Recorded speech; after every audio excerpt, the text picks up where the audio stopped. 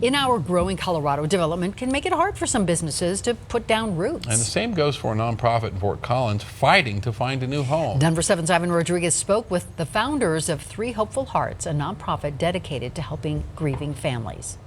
It's easy to drive by Three Hopeful Hearts in Fort Collins without realizing the work that's being done inside. We're there to help families from that early moment, sometimes the first day, forever. Betsy Fecto is one of 3 women who founded the nonprofit, helping parents who have experienced the death of their child. We support families whose children have died from a miscarriage all the way through adult child loss, suicides, substance losses, car accidents. Chris Smith is one of those parents. Back in 2007, we lost our little son Carter. I remember holding him after my wife delivered him.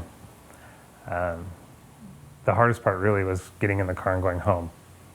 So the car seats in the back and all that kind of stuff, and there's supposed to be, a baby in that car seat, and there's not. Shortly after his son's death, Betsy reached out to Chris and his wife, and they've been a part of the Three Hopeful Hearts family for more than a decade. Being around other people who've been through having to deal with that, having to bury their own children, it means something. After helping more than 800 families, the building they've called home will be gone. This 1905 house will just be nothing anymore. The property they sit on is slated for redevelopment. We always knew that this wasn't going to be forever, but man, we've really had so many things happen in this house that have been so incredibly meaningful. So they've been searching for a new building that fits all their needs. They need to go deeply into their grief and have a space that they know they're not going to be interrupted. And we need a place that feels like a home. Regardless of where they move, their mission of helping more families realize they're not alone is clear. Outside these doors is a whole world that doesn't understand, a whole world that, well, thankfully, most people won't ever know.